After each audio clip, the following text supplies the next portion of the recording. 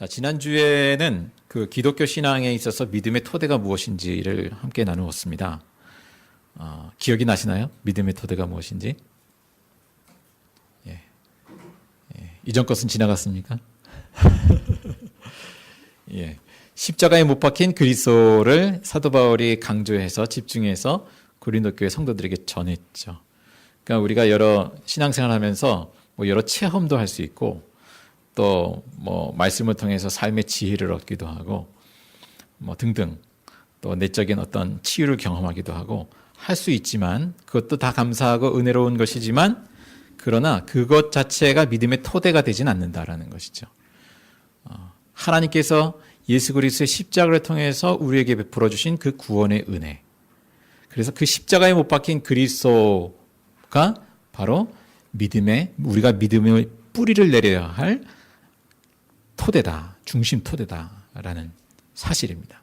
이 고린도 교회에 그 부분이 이제 전해지긴 했지만 상실됐기 때문에, 실종됐기 때문에 다시 강조하는 것이죠. 자, 그리고 오늘 본문의 말씀은 자, 오늘 아침 메시지에 해당하는 겁니다, 원래. 근데 이제 주일날은 제가 아침 메시지를 보내드리지 않기 때문에 그런데요. 근데 그냥 지나가기 너무 아쉬운 본문이 돼서 이 본문을 함께 나누고자 합니다. 자, 8장부터 이어지는 내용의 중간에 있는 내용입니다. 8장부터 무슨 내용이 이어져 있는지 그 제목을 보시면 뭐 대략 또 알 수 있을 것 같은데요. 그 우상 제물 고기를 먹는 문제를 이야기하죠. 이 부분에 대해서 그 소위 그 영적인 지식이 있다라고 하는 소위 믿음이 강한 자라고 하는 사람들이 자신의 자유함으로 그 우상 제물 고기를 자유롭게 먹는단 말이에요. 우상은 아무것도 아니야. 하나님 한 분밖에 다른 신은 없어. 그러니까 우상 제물 음식 먹는다고 해서 문제될 것 없어. 사도 바울은 그들의 말을 일단은 인정해 줍니다. 그러나 그런 주장으로 그때 당시에 그 신전 축제에 가서 우상 제물을 자유롭게 먹었단 말이죠. 그런데 그것이 아직 믿음이 약한 사람들에게는 걸림돌이 되더라 하는 것입니다. 바로 얼마 전까지만 해도 그 우상을 섬겼던 사람들이거든요. 그러니까 내가 이제는 예수 믿기로 했습니다. 믿습니다. 했지만 그 마음 안에는 그 우상의 어떤 신적 능력, 이것에 대한 그 믿음이 아직 남아있는 거예요. 내가 이 우상 음식을 잘못 허투루 했다가 먹었다가 뭔가 이게 잘못되는 게 아닌가. 뭐 예를 들면 우리 어떤 것이 있습니까? 그 부적을 예수 믿고 나서 집에 있던 부적을 이제 떼려고 하면 예수 믿겠다 하면서도 불안해하는, 두려워하는 그런 마음들이 있잖아요. 마치 그런 것과 같은 마음들이 작용하는 것이죠. 자, 그러한 사람들, 믿음이 약한 사람들을 고려하라는 것이죠. 자유를 앞세우기보다. 그 내용이 10장까지 그 주제가 이어져 있습니다. 우리 10장 마지막에 결론부만 읽어보겠습니다. 10장 31절부터 33절까지입니다.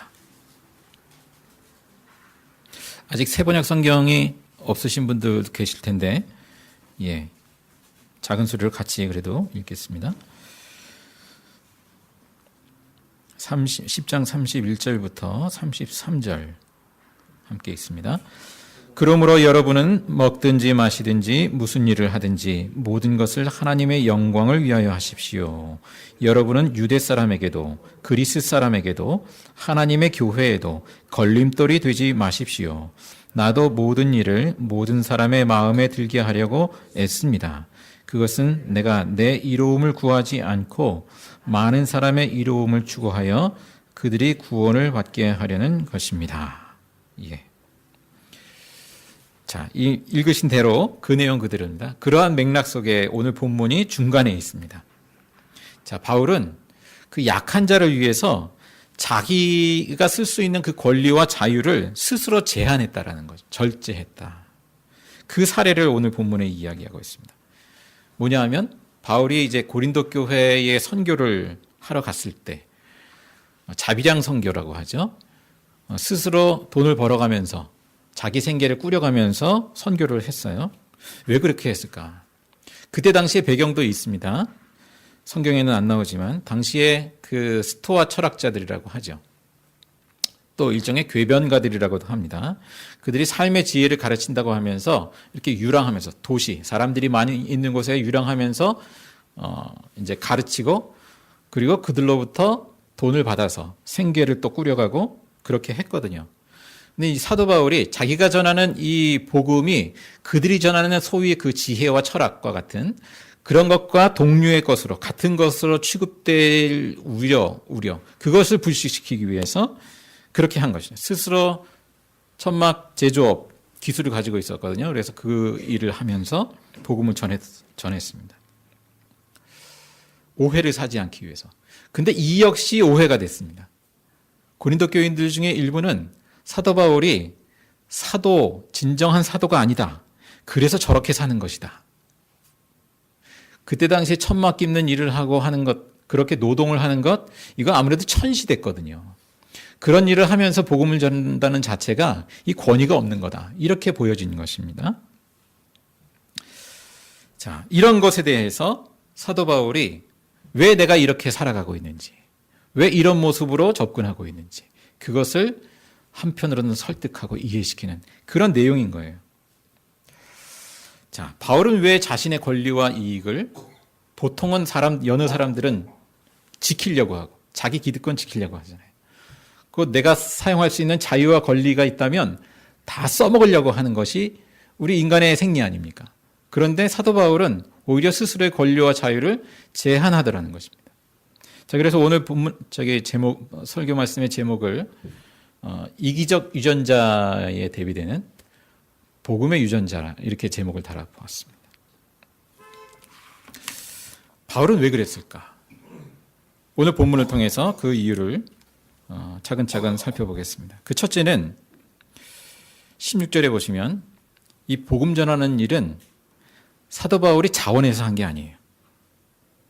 물론 복음을 자원해서 전하는 그 마음이 없다는 게 아니라 하나님께서 맡겨주신 직무를 따라서 해야만 하는 일이라는 것입니다. 16절을 같이 다시 읽겠습니다. 내가 복음을 전할지라도 그것이 나에게 자랑거리가 될 수 없습니다. 나는 어쩔 수 없이 그것을 해야만 합니다. 내가 복음을 전하지 않으면 나에게 화가 미칠 것입니다. 자, 지금 바울은 하나님의 부름받은 종의 태도로 지금 이야기를 하는 거예요. 종이 그 주인된 사람이 시키는 것을 했다고 해서 자랑할 것이 없는 것이죠. 하나님이 나를 부르셨어요. 그것도 자, 바울이 어떻게 부름받았습니까? 그 복음 전하는 사람을 핍박했거든요. 네? 잡아 죽이려고 했거든요. 그러다가 다메섹 도상에서 예수님을 만나게 되고 부름받았습니다. 그리고 이방인을 위한 복음의 사도로 세워졌습니다. 자기가 방해했던 그 사람의 일을 자기가 하게 된 거예요. 하나님께서 그렇게 콕 집어서 맡겨주신 거예요. 자, 이 바울에게는 복음의 빚진 자라는 의식이 있습니다. 왜냐하면 자기가 핍박했던 사람이기 때문에. 그래서 하나님께서 내게 맡겨주신 이 직무를 하지 않을 수 없다라는 것입니다. 해야만 한다. 오히려 그것을 하지 않으면 나에게 화가 미칠 것이다. 그 정도까지 고백합니다. 당연히, 너무나 당연히 빚진 자로서 해야 할 일을 내가 방임하고 있다면 그러면 하나님께 책망을 듣지 않겠느냐. 하나님께서 나를 오히려 징계하시지 않겠느냐. 그런 마음, 두렵고 떨리는 마음을 갖고 있는 것이죠. 자, 하나님께서는 사도 바울뿐만 아니라 우리 각 사람을 정말 죄에서 구원하시고 하나님의 자녀로 삼으셨을 때에는 감당할 일도 맡겨주셨다라고 믿습니다. 사도 바울처럼 이방인을 위해서 복음을 전하는 일은 아니라 할지라도, 똑같지 않다 할지라도 각기 사업을 통해서든 또 어떤 일의 현장을 통해서든 또 교회 관련한 일을 통해서든 또 가정에서든 하나님께서 맡겨주신 복음의 일이 있다라는 사실이죠. 우리 역시 마찬가지로 사도 바울과 같은 태도가 필요하다라고 여겨집니다. 사도 바울은요, 한편으로는 그 예수 그리스도의 십자가의 은혜에 근거한 그 구원의 확신을 전했거든요. 근데 그 자신의 그 복음의 사역, 그 직무를 행하는 데 있어서는 두렵고 떨리는 마음을 가졌어요. 두 가지 마음이 있는. 한편으로는 확신이 있고, 구원의 확신이 있고, 한편으로는 내가 이 일을 하나님의 뜻에 합당하게 잘 감당해야겠다라는 그 두렵고 떨리는 마음이 있었다라는 것이죠. 이 두 사이의 긴장, 이게 둘 다 필요하다라고 여겨집니다. 이 사도 바울이 지금 한편으로 책망하고 있는 고린도 교회의 일부 사람들은 나는 지식이 있다, 믿음이 있다 하면서 자유함을 누렸어요. 이미 구원이 완성된 것처럼, 완전히 도달한 것처럼 그렇게 행했거든요. 하나님 앞에 두렵고 떨리는 마음으로 그렇게 하나님께서 맡겨주신 그 소명의 길을 가지 못하고 방자하게 행했습니다. 자유를 빙자해서. 그래서 이러한 이야기를 하고 있는 것이죠. 자, 이 첫 번째 이유에 연결돼서 두 번째 이유를 얘기합니다. 18절에 있는 말씀인데요. 바울은 사람들이 흔히 생각하는 보상과는 다른 보상의 논리를 제시합니다. 18절 말씀을 함께 읽겠습니다. 그리하면 내가 받을 삭은 무엇이겠습니까? 그것은 내가 복음을 전할 때 값없이 복음을 전하고 복음을 전하는 데 따르는 나의 권리를 이용하지 않는다는 그 사실입니다. 예. 자, 이게 무슨 얘기인가요? 바울이 받는 보상이 뭡니까? 복음을 전하는 데 따르는 나의 권리를 주장하지 않는다. 그러니까 아무 대가 없이 복음을 전하는 것 그 자체가 내게 보상이다라는 거예요. 이것이 자기 자신의 그 자유와 권리를 제한하는 이유 중에 하나입니다. 생각해 보세요. 사도 바울은 예수 그리스도의 복음, 내게 주신 그 복음 안에서 이미 받을 걸 다 받았어요. 내가 복음의 세계 안에 있다는 것 자체가 너무나 엄청난 은혜로 다가왔습니다. 이 땅에서 흔히 사람들이 기대하는 대가와 보상과는 비교할 수 없을 정도로 자신에게 임한 그 예수의 복음, 십자가와 부활의 복음, 하나님 나라 영생의 복음의 은혜가 너무나 절대적인 것으로 다가온 것이죠. 그래서 보상을 바라지 않고 오히려 내게 있는 자유와 권리를 제한하면서까지 복음을 전하고 주의 일을 하는 것 자체가 은혜이고 그게 보상이다 라고 고백하는 것이죠. 자, 그 다음 세 번째로 넘어가 보겠습니다. 바울은 왜 자신의 그 기본적인 권리와 자유를 스스로 제한하는가?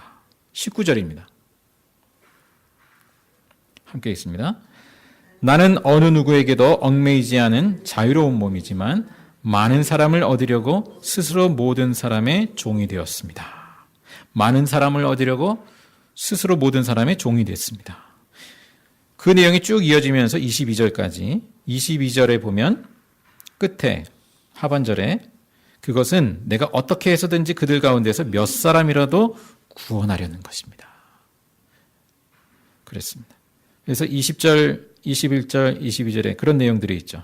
유대 사람에게는 유대 사람을 얻으려고 그들같이 되고 또 율법 아래 있는 사람들 그들에게는 사도 바울이 이미 율법주의자가 아니에요.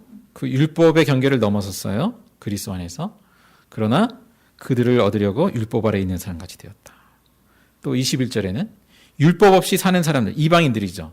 그들에게는 마치 그러한 사람들처럼. 또 22절에 믿음이 약한 사람들에게는 약한 사람들을 얻으려고 약한 사람이 됐습니다. 자, 여기서 약한 사람을 이제 마지막으로 얘기하는 이유가 있어요. 누구를 떠올립니까? 아까 8장부터 쭉 이어지는 우상 제물과 관련해서 소위 믿음이 약하다라고 여겨지는 사람과 그들을 대하는 소위 믿음이 강하다고 하면서 그 자유를 방임적으로 방종하면서 누리는 사람들. 그들을 떠올려주는 내용입니다. 사도 바울 나는 믿음이 그 약한 사람들에게는 약한 사람을 얻으려고 약한 사람이 됐습니다. 라는 거죠. 그렇게 어떻게 해서든지 몇 사람이라도 구원하기 위해서 8장 13절을 거슬러 올라가 보십시오. 심지어 바울이 어떤 얘기를 하냐면 8장 13절에 약한 사람들을 잃지 않기 위해서 바울이 뭐라고 합니까? 음식이 내 형제를 걸어서 넘어지게 하는 것이라면 그가 걸려서 넘어지지 않게 하기 위해서 나는 평생 고기를 먹지 않겠습니다. 그런 문제가 있다면, 그런 우려가 있다면 차라리 나는 평생 고기를 먹지 않겠습니다. 자, 바울이 고린도에서 자비랑 선교를 한 것도 바로 이러한 관점에서 그렇게 한 것이죠. 자, 이렇게 바울이 자기 권리와 자유를 스스로 제한하면서 복음을 전하는데 그 다음 이어지는 내용을 보면 그 네 번째 이유를 우리가 찾아볼 수 있겠습니다. 23절입니다. 23절 같이 읽습니다. 나는 복음을 위하여 이 모든 일을 하고 있습니다. 그것은 내가 복음의 복에 동참하기 위함입니다. 자, 앞에 18절에서는 값없이 복음을 전하는 것 그 자체가 내 보상이다, 내 삭시다 라고 했습니다만 여기서 좀 더 포괄적으로 복음의 복에 동참하기 위함입니다, 이렇게 표현을 하고 있어요. 그게 뭘까요? 복음의 복에 동참하는 것이 뭘까요? 복음을 전하는 것, 그리고 그렇게 복음으로 나은 사람을 돌보고 양육하고 또 그렇게 복음의 사람으로 세워가는 일. 이 일에 참여하면서 사도 바울은 예수님을 더 깊이 알아가는, 또 복음을 더 깊이 경험하는 그런 은혜를 누리게 된 것이죠. 자, 복음의 은혜를 더 깊이 누리면 누릴수록 어땠을까요? 사도 바울은 그러면 그럴수록 나를 붙잡았던 어떤 것들, 내가 붙들려 있던 어떤 것, 여러 가지가 있죠. 우리 내면에 어떤 것이 있기도 하고 그런 것들로부터 자유하게 되더라는 것이죠. 자, 이것이 바로 구원을 경험하는 것이라고 표현할 수 있겠습니다. 미래의 구원이 아니라 날마다 우리가 누리는 구원. 복음에 직접 참여하는 사람이 비로소 누리는 구원. 사도 바울은 그 복을 맛보고 있습니다. 또 한편으로는 복음에 따른 고난을 지는 것, 그것도 사도 바울에게는 복으로 이해됐다라고 보여집니다. 고난 중에도 복음의 자유를 누리는 것, 그 역시 복음이 주는 복인 것이죠. 예수님이 그 팔복의 말씀 중에 그런 말씀을 하시죠. 의를 위하여 박해를 받은 사람은 복이 있다. 하늘나라가 그들의 것이다. 너희가 나 때문에 모욕을 당하고 박해를 받고 터무니없는 말로 온갖 비난을 받으면 복이 있다. 이런 말씀을 하시잖아요. 그러니까 하나님 나라의 차원에서 보면, 복음의 차원에서 보면 예수님 때문에, 복음 때문에 지는 고난도 그것도 복이다, 은혜다, 이렇게 받아들여지는 거죠. 그래서 사도 바울이 이런 고백을 합니다. 고린도 후서를 찾아보겠습니다. 고린도 후서 6장 4절 이하의 말씀입니다.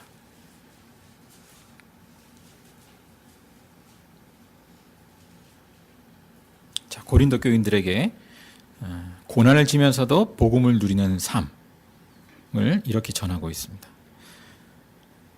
6장 4절에서 10절의 말씀입니다. 자, 함께 읽습니다. 우리는 무슨 일에서나 하나님의 일꾼답게 처신합니다. 우리는 많이 참으면서 환난과 궁핍과 곤경과 매맞음과 옥에갇힘과 난동과 수고와 잠을 자지 못함과 굶주림을 겪습니다. 또 우리는 순결과 지식과 인내와 친절과 성령의 감화와 거짓 없는 사랑과 진리의 말씀과 하나님의 능력으로 이 일을 합니다. 우리는 오른손과 왼손의 의의 무기를 들고 영광을 받거나 수치를 당하거나 비난을 받거나 칭찬을 받거나 그렇게 합니다. 우리는 속이는 사람 같으나 진실하고 이름 없는 사람 같으나 유명하고 죽는 사람 같으나 보십시오, 살아 있습니다. 징벌을 받는 사람 같으나 죽임을 당하는 데까지는 이르지 않고 근심하는 사람 같으나 항상 기뻐하고 가난한 사람 같으나 많은 사람을 부유하게 하고 아무것도 가지지 않은 사람 같으나 모든 것을 가진 사람입니다. 예. 자, 바울에게는 이 복음으로 인한 고난도 은혜인 것이죠. 자, 바울이 어떻게 그럴 수 있었을까? 물론 예수님의 가르친 여러 말씀들도 있습니다만 무엇보다 예수님의 그 십자가에 못 박힌 그리스도의 진리를 깨달았기 때문인 것이죠. 예수님의 십자가를 통해 그 고난을 보는 눈이 열린 것이죠. 자, 바울이 이렇게 자신의 권리와 자유를 스스로 제한하면서 복음을 전합니다. 복음 때문에 몇 사람이라도 구원하기 위해서. 그리고 그 다섯 번째 이유를 꼽자면 25절의 말씀인데요. 그 복음의 복이라고 표현하는 것은 미래적인 차원이라고 할 수 있겠습니다. 25절을 같이 읽겠습니다. 시작. 경기에 나서는 사람은 모든 일에 절제를 합니다. 그런데 그들은 썩어 없어질 월계관을 얻으려고 절제를 하는 것이지만 우리는 썩지 않을 월계관을 얻으려고 하는 것입니다. 자, 이 말씀의 배경이 있습니다. 고린도에는 2년에 한 번씩 열리는 경기가 있습니다. 이스미안 경기라고 해서 그걸 즉각적으로 떠올려주는 이야기죠. 그 예를 들면서 우리로 말하면 동계올림픽, 하계올림픽을 예로 들면서 얘기하는 거예요. 경주자들이 그 썩어질 상, 그때 당시에 월계관을 쓰죠. 필리프로. 썩어질 상을 얻기 위해서 모든 것에서 절제한다. 단련한다. 그리고 전력 질주를 한다는 것입니다. 마찬가지로 그리스도인들은 오히려 썩지 않을 영원한 상, 그것을 구원이라고 표현하는 것이죠. 그것을 바라보고 달리는 자들이다. 그래서 그와 같이 경주자처럼 또 복싱 선수도 나오죠. 그러한 사람들처럼 자기를 절제할 줄 알아야 된다라는 것입니다. 그 점을 사도 바울 자신부터 적용을 합니다. 27절에 보시면 뭐라고 하나요? 나는 내 몸을 쳐서 굴복시킵니다. 그것은 내가 남에게 복음을 전하고 나서 도리어 나 스스로는 버림을 받는 가련한 신세가 되지 아니려는 것입니다. 자, 사도 바울이 이 말을 하는 이유는 자기 자신을 향한 것이기도 하지만 지금 염두에 두고 있는 사람들이 있습니다. 누굽니까? 소유의 믿음이 강한 자라고 하는 사람들. 자유를 빙자해서 방자하게 살아가는 사람들. 그렇게 자유함으로 우상신전에서 방종하다가 결국에는 우상숭배에 휩쓸려서 결국 심판에 떨어질 수 있다. 절제해라. 그 내용이 10장에 이어집니다. 오늘 읽은 본문 다음에 10장에 그런 내용이 이어지는데요. 아무튼 자, 사도 바울이 보여주는 이 두 가지 태도, 하나는 복음에 붙들렸어요. 복음에 붙들린 바 되어서 이 복음을 위해서라면, 한 생명이라도 구원하기 위해서라면 내가 누릴 수 있는 자유와 권리, 나 뭐든지 제한하리라. 그런 마음이 있는 거죠. 또 한편으로는 이 직무를 감당함에 있어서 정말 두렵고 떨리는 마음. 내가 이 직무를 하나님 앞에서 신실하게 감당해야 할 텐데. 그런 마음이 있는 것이죠. 우리가 그 두 개의 마음을 우리가 함께 늘 품고 살아갈 수 있기를 바랍니다. 오늘날 이 땅에 그 목회자를 비롯해서요, 그리스도인들 중에 그 중에는 우리도 포함되는 거죠. 만몬의 우상, 눈에 보이는 우상이 아니지만 만몬의 우상, 명예의 우상, 권력의 우상 앞에서 절제하지 못하는 경우들이 꽤 많이 있죠. 우리도 부지불식 중에 그러한 우상에 걸려 넘어집니다. 휩쓸려 갑니다. 어떤 사람들의 살아가는 모습을 보면서 현혹되기도 하고 그러한 모습들이 많이 있지 않습니까? 저도 때로 이렇게 보면서 저도 조심해야 될 당사자이면서도 저러다가 하나님의 심판 앞에서 어떤 그 정말 걸 당하려고 저러나 이런 우려를 가질 때가 있거든요. 자, 우리가 우리 자신부터가 하나님 앞에서 이러한 마음을 가질 수 있기를 바랍니다. 정말 십자가의 복음, 그 영광의 복음, 그것을 너무나 크게 바라본 나머지 내게 닥치는 그 고난마저도 기꺼이 감당하는 그러한 믿음, 이 순교하는 사람들이 바로 그러한 그 복음에 붙들려서 그렇게 순교하는 거 아닙니까? 또 한편으로는 정말 하나님 앞에 두렵고 떨리는 그 마음으로 내게 맡겨주신 소명, 그 사명, 그 직분, 그것을 감당하고자 하는 그 마음, 그 믿음. 성령께서 오늘도 오늘 말씀을 통해서 그 마음을, 그 믿음을, 그 복음을 우리에게 안겨주시고 되돌아보게 하시고 그 복음에 붙들림 바 되어서 달려가게 하십니다. 경주자처럼. 우리 주보의 그 슬로건으로 뭐라고 했습니까? 주의 말씀의 길로 달려가리이다. 예, 주보 맨 위에 있죠?